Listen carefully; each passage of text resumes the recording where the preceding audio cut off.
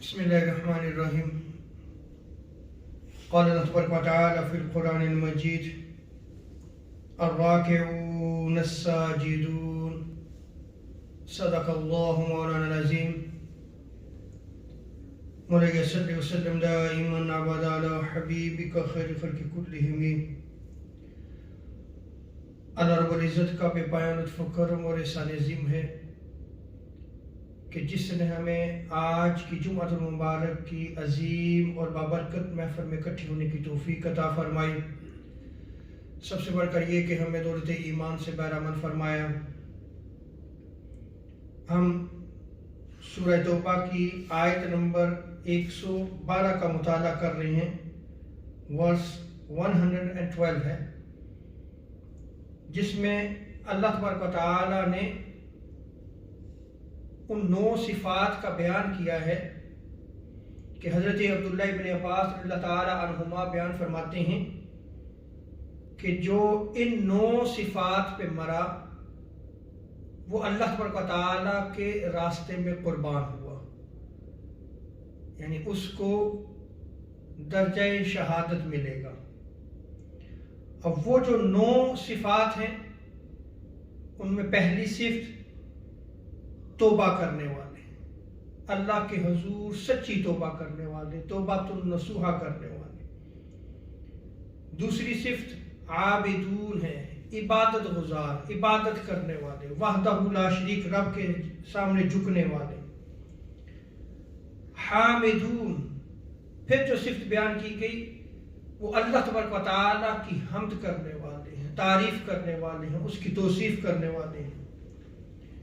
پھر آگے جو صفت بیان فرمائی اللہ رب العزت نے ارشاد فرمایا الصائحون، روزہ رکھنے والے.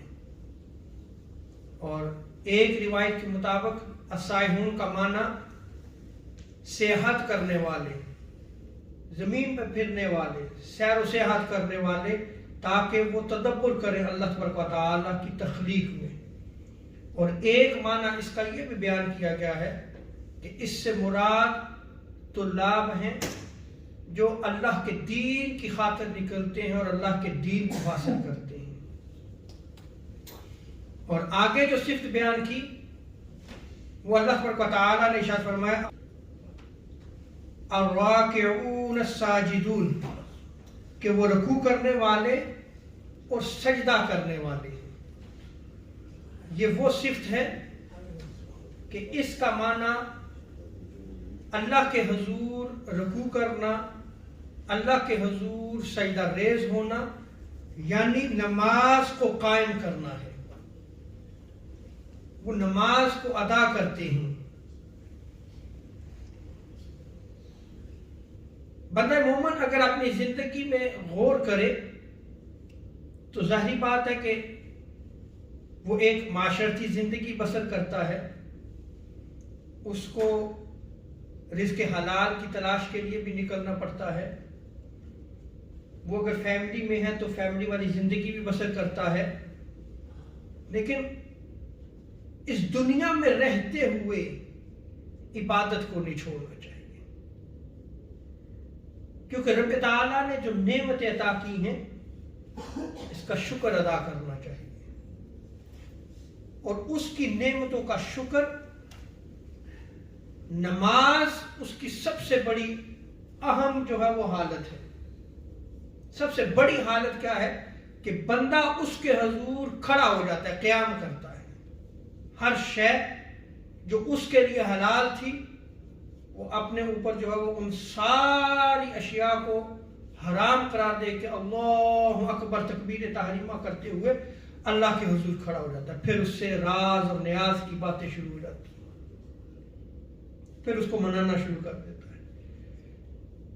اس آیت کریمہ میں اللہ تبارک و تعالیٰ نے 2 حالتوں کا ذکر کیا کہ رکوع کرنے والے اور سجدہ کرنے والے.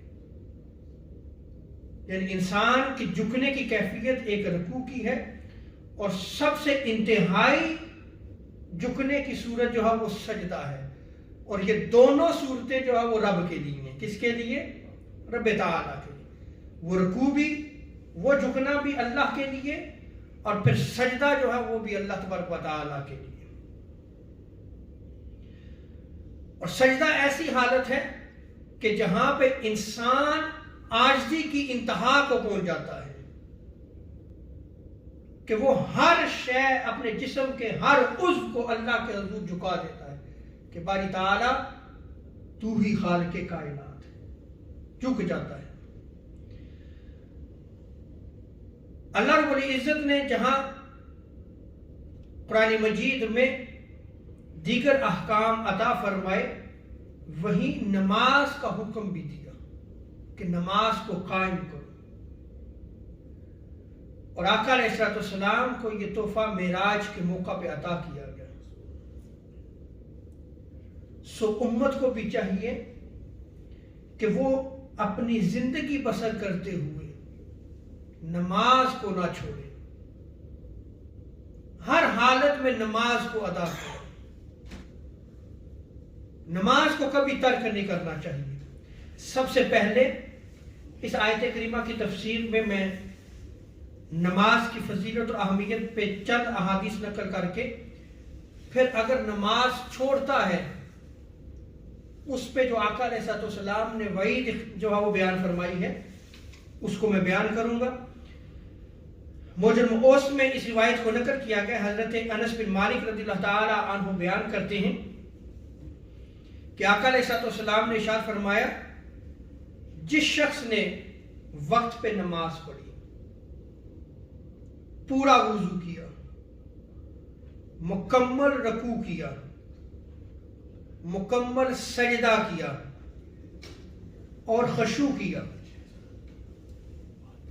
حدیث مبارکہ کے الفاظ اور اس کے معنی کو سمجھیں کہ حضور علیہ السلام نے جس نماز کا ذکر کیا ہے، جو نماز نور بن جائے گی، وہ خشوع و خضوع کے ساتھ نماز ادا کرنا ہے۔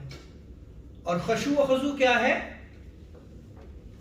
کہ نماز کے ہر رکن کو احسن طریقے سے ادا کرے، اچھے طریقے سے ادا کرے، کامل طریقے سے ادا کرے۔ قیام ہے، رکوع ہے، سجدہ ہے، وہ نماز ادا کرتے ہوئے ان کو کامل طریقے سے ادا کرے۔ ایسا نہ ہو کہ نماز پڑھتے ہوئے وہ جلدی جلدی رکوع اور سجدہ کر رہا ہے، تو اس کا معنی ہے کہ وہ خشوع و خضوع نہیں ہے۔ اس میں خشوع و خضوع کیا ہے؟ کہ وہ مکمل طور پہ احسن طریقے سے، اچھے طریقے سے نماز کو ادا کرے، آرام سے، سکون کے ساتھ۔ اگر رکوع کر رہا ہے تو تسبیحات پڑھے، سجدہ کر رہا ہے تو تسبیحات آرام سے پڑھے۔ اور جب وہ خشوع و خضوع کے ساتھ نماز ادا کرتا ہے تو آقا علیہ السلام ارشاد فرماتے ہیں تو وہ نماز سفید روشن صورت میں پیش ہوتی ہے، وہ نورانی شکل اختیار کر لیتی ہے اور کہتی ہے اللہ تیری حفاظت کرے۔ اللہ اکبر۔ وہ نماز اس بندے کو کہتی ہے اللہ تیری حفاظت کرے جس طرح تو نے میری حفاظت کی ہے۔ سو بندے کو چاہیے کہ جب نماز ادا کرتا ہے تو اس نماز کی حفاظت بھی کرے، اور اس نماز کی حفاظت کیا ہے؟ خشوع و خضوع۔ آرام سے نماز کو ادا کرے، اور اگر جو ہے وہ نماز کی حفاظت کرتا ہے تو نماز اللہ کے حضور جو ہے وہ دعا کرتی ہے اللہ تو اس کی حفاظت فرما۔ صحیح مسلم کی روایت میں آتا ہے حضرت ثوبان رضی اللہ تعالیٰ عنہ سے پوچھا گیا کہ مجھے ایسا عمل بتلائیے جس کو کرنے کے بعد میں جنت میں داخل ہو جاؤں۔ وہ خاموش رہے۔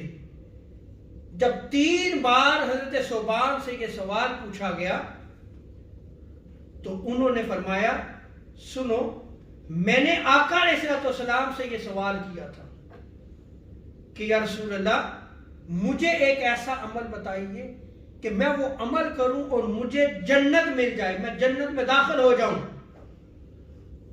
تو آقا علیہ السلام نے ارشاد فرمایا تم کثرت کے ساتھ اللہ کے لیے سجدہ کیا کرو، کثرت سے سجدے کیا کرو، یعنی نماز پڑھا کرو، کیونکہ جب تم اللہ کے لیے ایک سجدہ کرتے ہو تو اللہ تبارک و تعالیٰ اس کی وجہ سے تمہارا ایک درجہ رب تعالیٰ بلند فرما دیتا ہے، اور تمہارے ایک گناہ کو رب تعالیٰ مٹا دیتا ہے۔ تو آپ دیکھیں کہ آقا علیہ الصلوۃ والسلام نے جنت کا جو راستہ بیان فرمایا ہے وہ کیا ہے؟ کثرت سجود ہے۔ اور سجدے کی حالت ایسی ہے کہ جب بندہ اللہ کے حضور سجدہ کرتا ہے تو رب تعالیٰ اس کا ایک درجہ بلند کر دیتا ہے کہ یہ بندہ میرے حضور سجدہ رہے گا، اس کے سارے اعضاء مجھے سجدہ کر رہے ہیں، تو رب تعالیٰ اس کے ایک درجے کو بلند فرما دیتا ہے اور اس کے ایک گناہ کو جو ہے وہ مٹا دیتا ہے۔ اسی طرح سیدنا ابو ہریرہ رضی اللہ تعالی عنہ وہ بیان کرتے ہیں کہ آقا علیہ الصلوۃ والسلام نے ارشاد فرمایا، بندہ اپنے رب کے سب سے زیادہ قریب اس وقت ہوتا ہے جب وہ سجدہ کرتا ہے۔ یعنی اگر بندہ یہ چاہتا ہے کہ وہ رب کے قریب ہو تو نماز میں جو حالت سجدہ ہے یہ اللہ کی قربت ہے، دنیا میں رہتے ہوئے اللہ کی قربت ہے، وہ رب تعالیٰ کے قریب ہو جاتا ہے۔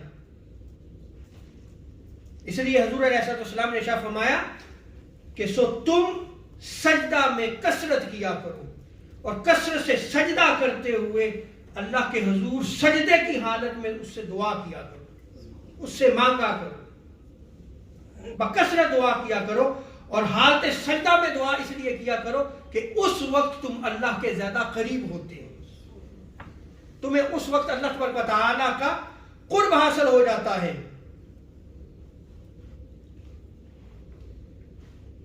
یہ تو چند روایات میں نے آپ کے سامنے رکھی ہیں کہ جس میں نماز کی فضیلت اور اہمیت پہ جو ہے وہ حضور علیہ السلام نے بیان فرمایا۔ یہ تو بہت زیادہ روایات موجود ہیں، اکثر و بیشتر آپ نے سنی ہوئی ہیں، لیکن میں نے سورہ توبہ کے موضوع کے حوالے سے، چونکہ الراکعون الساجدون، رکوع کرنے والا اور سجدہ کرنے والا، تو میں نے اس کیفیت پہ جو ہے وہ روایات آپ کے سامنے نقل کی کہ نماز میں حالت سجدہ جو ہے وہ اس کی اہمیت و فضیلت کیا ہے، اللہ کا قرب ملتا ہے، اللہ کے قریب ہو جاتا ہے۔ اور حضور علیہ السلام نے بھی کثرت سے سجدہ کرنے کی تلقین فرمائی۔ اب نماز اگر بندہ نہیں پڑھتا، اب یہ جو صفات ہے جو میں نے آپ کے سامنے بیان کی ہیں، اگر وہ ان صفات پہ مرتا ہے تو وہ اللہ کے راہ میں قربان ہوتا ہے، جیسے ابن عباس نے اس روایت کو نقل کیا ہے، اور ان میں ایک صفت کیا ہے کہ وہ رکوع کرنے والا ہے، سجدہ کرنے والا ہے۔ اب اگر نماز نہیں پڑھتا تو سنیں قرآن مجید کی صرف چند آیات میں آپ کے سامنے رکھتا ہوں۔ اللہ رب العزت نے قرآن مجید میں ارشاد فرمایا وَأَقِیمُوا الصَّلَاةَ، اور نماز کو قائم کرو، وَلَا تَكُونُوا مِنَ الْمُشْرِكِينَ، اور مشرکوں میں سے نہ بن جاؤ، مشرک نہ بنو۔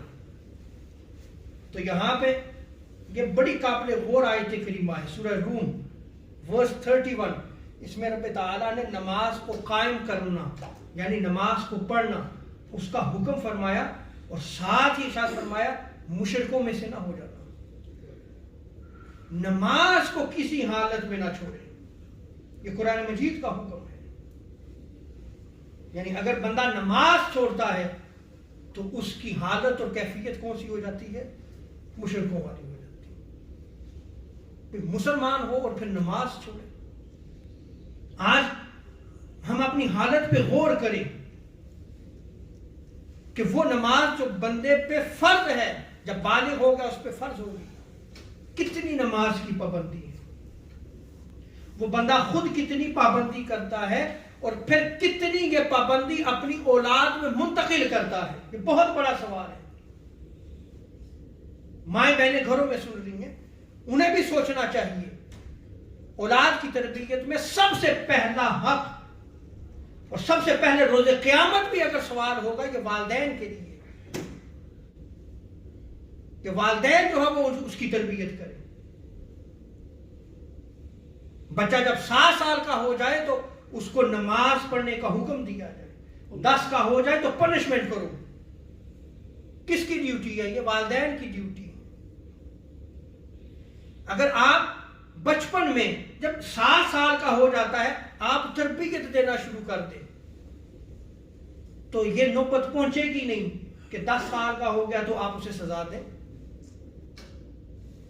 اور اگر پھر بھی تھوڑی سی اگر سستی کرتا ہے تو آپ پنشمنٹ دیں اس کو. پنشمنٹ کی کئی صورتیں ہیں. آپ کوئی ایک صورت جو ہے وہ اختیار کر لیں, اس بچے کو جو ہے وہ آپ سمجھائیں, اس کو نماز کی طرف لائیں. اگر ہمارے گھروں میں یہ ایک ماحول ڈیولپ ہو جائے آپ یقین جانیے یہ سب سے بڑا وظیفہ ہے. آج اکثر جو ہے وہ بیشتر رابطہ ہوتا ہے, فون آتے ہیں, سوال پوچھا جاتا ہے, گھر میں سکون نہیں. وظیفہ دے اللہ کے بندوں, سب وظیفوں کا وظیفہ کیا ہے؟ نماز ہے. آپ نماز کو شروع کریں, آپ کے گھروں میں خیر آئے گی, برکت آئے گی, سکون آئے گا. سجدے کی حالت میں آپ اللہ کے سب سے زیادہ قریب ہو جاتے ہیں. آپ مانگیں اس سے دعائیں مانگیں, اس سے رزق مانگیں, اولاد مانگیں, صالح اولاد مانگیں. سجدے کی حالت میں جب آ جائے مانگیں آپ اس سے. اور اسی طرح اللہ تبارک و تعالیٰ نے ارشاد فرمایا فَوَيْلٌ لِّلْمُصَلِّينَ الَّذِينَ هُمْ عَنْ صَلَاتِهِمْ سَاهُونَ الَّذِينَ هُمْ يُرَاءُونَ. پس افسوس اور خرابی ہے ان نمازیوں کے لیے جو اپنی نماز کی روح سے بے خبر ہیں, یعنی انہیں محض حقوق اللہ یاد ہیں, حقوق العباد جو ہے وہ بلا بیٹھتے ہیں, انہیں یاد ہی نہیں رہتے. اس کو بھی جو ہے فوائل للمصلین میں داخل کیا گیا ہے کہ صرف نماز پڑھتے ہیں اور آگے کیا کرتے ہیں؟ حقوق العباد چھوڑ دیتے ہیں. یہ بھی نہیں ہونا چاہیے. یہ میں جو سورہ توبہ کی آیت کی تفسیر ابھی میں بیان کر رہا ہوں, یہ آگے جا کے آئے گا, دیکھیے گا حقوق العباد میں وہ جو صرف آخری صرف رب تعالیٰ نے بیان کی ہے اس کا تعلق حقوق العباد سے آتا ہے. تو دیکھیں رب تعالیٰ نے پہلے ساری عبادات کو ذکر کیا اور پھر آخر میں جا کے وہ جو صرف آخری صفت بیان کی ہے وہ کیا ہے؟ حقوق العباد سے تعلق رکھتی ہے. اگر وہ صفت پوری نہیں ہے تو نمازیں آپ کی کہاں رہ جائیں گی؟ اور وہ لوگ عبادت میں دکھلاوا کرتے ہیں. اب نماز جان بوجھ کے چھوڑنا بہت بڑا گناہ ہے. اس کو میں بھی روایات نقل کروں گا کہ صحابہ کے ہاں کیا کنسپٹ تھا جو نماز جان بوجھ کے چھوڑتا ہے, ان کا فتویٰ کیا تھا. میں فقہا پہ نہیں جاؤں گا, آج میں صرف احادیث نقل کروں گا اور صحابہ کرام کے اقوال کو, ان کے فتاوی جات کو, صحابہ کا کون فتویٰ ہے ان کو میں نقل کروں گا. حضرت سیدنا ابو ہریرہ رضی اللہ تعالیٰ عنہ روایت کو نقل فرماتے ہیں, بخاری کی روایت ہے کہ حضور نے ارشاد فرمایا منافقوں پر 2 نمازیں بڑی بھاری ہیں, فجر اور عشاء. یہ 2 نمازیں منافقوں پر بھاری ہیں. اور اگر وہ یہ جانتے کہ ان 2 نمازوں کی کیا فضیلت ہے, نماز فجر کی اور عشاء کی, تو وہ گھٹنوں کے بل گھسٹتے ہوئے مسجد میں آ جاتے, نماز ادا کرتے, اگر ان کو ان نمازوں کی اہمیت پتہ چل جاتی. اور آگے آقا علیہ السلام نے ارشاد فرمایا کہ میں نے ارادہ کیا کہ میں مؤذن کو حکم دوں کہ اذان دے, پھر وہ اقامت کی, اور پھر میں کسی شخص کو حکم دوں کہ تم نماز پڑھاؤ اور میں آگ کے شعلے لے کر انہیں جلانے کے لیے نکل جاؤں جو نماز کے لیے ابھی تک گھروں سے نہیں نکلے, ابھی تک گھروں سے نہیں نکلے. اور اسی طرح حضور تاجدار کائنات صلی اللہ تعالی علیہ وسلم ارشاد فرماتے ہیں, حضرت عبادہ بن صامت اس روایت کو نقل کرتے ہیں اور یہ روایت ابن ماجہ میں نقل کی گئی ہے. حضور نے ارشاد فرمایا ایک زمانے میں میری امت کے حکام ایسے ہوں گے, یعنی جو لیڈر ہیں, جو لیڈ کرنے والے ہیں, حکمران طبقہ, وہ ایسے ہوں گے جو دنیاوی امور کی وجہ سے نماز تاخیر سے پڑھیں گے. کیا کریں گے؟ مشغول رہیں گے, لیٹ نماز پڑھیں گے. اور حضور ارشاد فرماتے ہیں کہ تم اپنی نمازوں کو بر وقت ادا کرو, وقت پر ادا کرو, اور بر وقت ادا کرنے کے بعد ان حاکموں کے فتنہ سے بچنے کے لیے بوقت ضرورت ان کے ساتھ بھی نماز ادا کرو، وہ تمہارے لیے نفل ہو جائے گی، وہ تمہارے لیے کیا ہو جائے گی؟ نفل نماز ہو جائے گی۔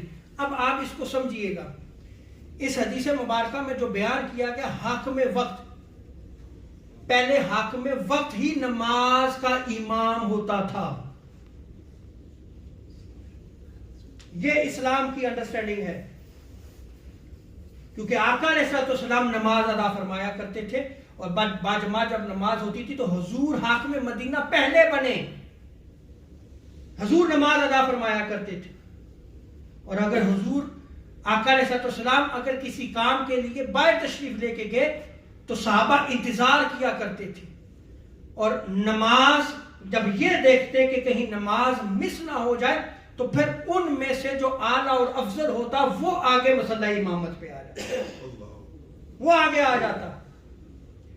اور پھر آقا علیہ السلام ظاہری دنیا سے جب پردہ فرما کے آپ کے وصال مبارک کے بعد جب پہلے خلیفہ بنے، وہ بھی حاکم وقت تھے خلیفہ سیدنا صدیق اکبر رضی اللہ عنہ، پھر وہ نماز پڑھایا کرتے تھے۔ تو حضور نے یہاں پہ جو ارشاد فرمایا اس کو سمجھیں آپ کہ جو حاکم وقت ہوتا ہے وہی مصلی امامت کا حقدار ہے۔ اگر وہی مصلی امامت کا حقدار ہے، ذرا توجہ دیں، آج پوری امت پہ، امت مسلمہ کتنے اسلامی ممالک ہیں، کیا یہ کیٹاگری جو حضور نے بیان فرمائی تھی اس کیٹاگری پہ ہمارے حکمران جو ہے پورا اترتے ہیں؟ ہمارے آپ پاکستان میں آپ جو ہے وہ غور کر لیں، ایسے ایسے حکمران ہیں جنہیں سورہ اخلاص پڑھنی نہیں آتی، سورہ اخلاص پڑھنی نہیں آتی، سورہ فاتحہ پڑھنی نہیں آتی، نماز کا طریقہ نہیں آتا، لیکن کیا ہے ہمارے ممالک میں وہ حکمرانی کر رہے ہیں۔ تو پھر امت سے جو ہے وہ پھر تاج اور تخت تو چھین لیا جائے گا نا، پھر تاج اور تخت نہیں ملے گا آپ کو۔ آج ہم غلامی کی زندگی بسر کر رہے ہیں۔ ہمارا جو اسلام کا کنسپٹ تھا اس کنسپٹ کو گندلا کر دیا گیا، ہمیں غلام قوم بنایا گیا۔ اور یہ بات یاد رکھ لیں، آج یعنی جو دین کو لے کے چلنے والے ہیں، جو دین کی حفاظت کرنے والے ہیں، یعنی جنہوں نے آپ کو لیڈ کرنا تھا، ان کو انہوں نے ایسی شکل میں پیش کر دیا کہ لوگ ان سے نفرت کرتے ہیں۔ ایسا ہے یا کہ نہیں ہے؟ تو اللہ کے بندو، پھر دین آپ کا کہاں بچے گا؟ کہاں سے آپ دین کو لیں گے؟ پھر بہت بڑا سوال ہے۔ جن سے آپ نے دین لینا تھا انہی سے نفرت پیدا کر دی گئی، لیکن ان کے اپنے اعمال بھی ایسے تھے، اور وہ تھے علماء سو۔ کیا تھا؟ حضور نے ارشاد فرمایا تھا نا کہ میری امت کے دو طبقہ یہ اگر رائے راست پہ رہیں گے میری امت بھی محفوظ رہے گی، سلامت رہے گی۔ ایک حکمران اور دوسرا کیا؟ علماء۔ اور اگر ان میں بگاڑ آئے گا تو میری امت میں بھی بگاڑ آئے گا۔ یہ تو علماء سو ہیں جو بگاڑ پیدا کریں گے، لیکن علماء حق بھی موجود رہیں گے، مگر نہ وہ وراثت جو ہے وہ ختم ہو جائے گی جو حضور نے چھوڑی ہے۔ پھر آپ کو دین محفوظ شکل میں نہیں ملے گا، لیکن اللہ رب العزت نے حفاظت کا ذمہ لیا ہے۔ تو جب رب تعالیٰ نے حفاظت کا ذمہ لیا ہے تو اس کے وارثین بھی موجود رہیں گے، اور وہ کیا ہے؟ وہ علماء حق ہوں گے۔ ایک تو یہ چیز ہے۔ دوسرا آپ یہ غور کریں کہ جو مسئلہ امامت پہ کھڑا ہوتا ہے ہمارے ہاں اس کی کیا اہمیت ہے؟ آج ہم اس کو کیا اہمیت دیتے ہیں؟ تو آپ یہ دیکھیں کہ جہاں سے اسلام کی آواز نے بلند ہونا تھا، جہاں سے آپ کو اوریجنل اسلام قرآن اور سنت پہنچائی جانی تھی، وہی مسلمان جو ہے وہ امت جو ہے وہ ان کو غلام سمجھنا شروع کر دیں گے۔ تو پھر آپ کہاں سے ترقی کریں گے؟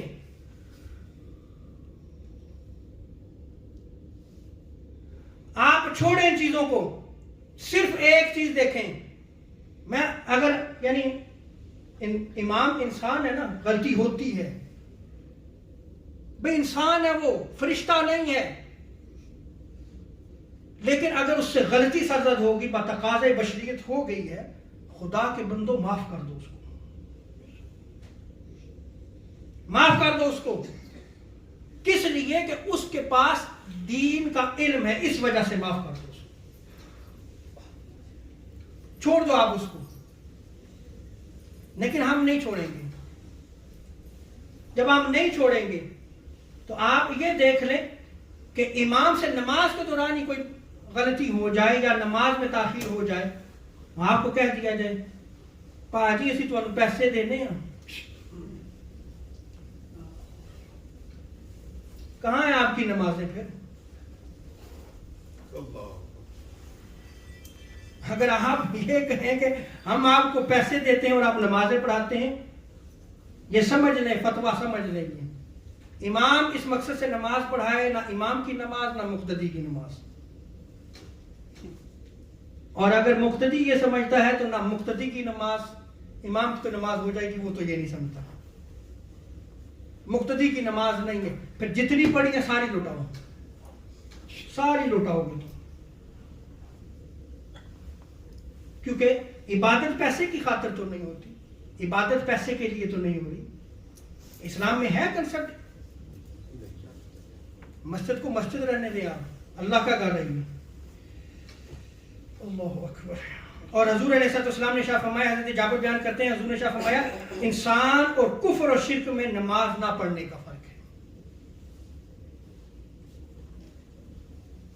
اور حضرت مولا علی آپ فرماتے ہیں کہ جس نے جان بوجھ کر ایک نماز چھوڑی تو وہ اللہ تعالیٰ سے بری ہوا، اللہ تعالیٰ اس سے بری ہوا.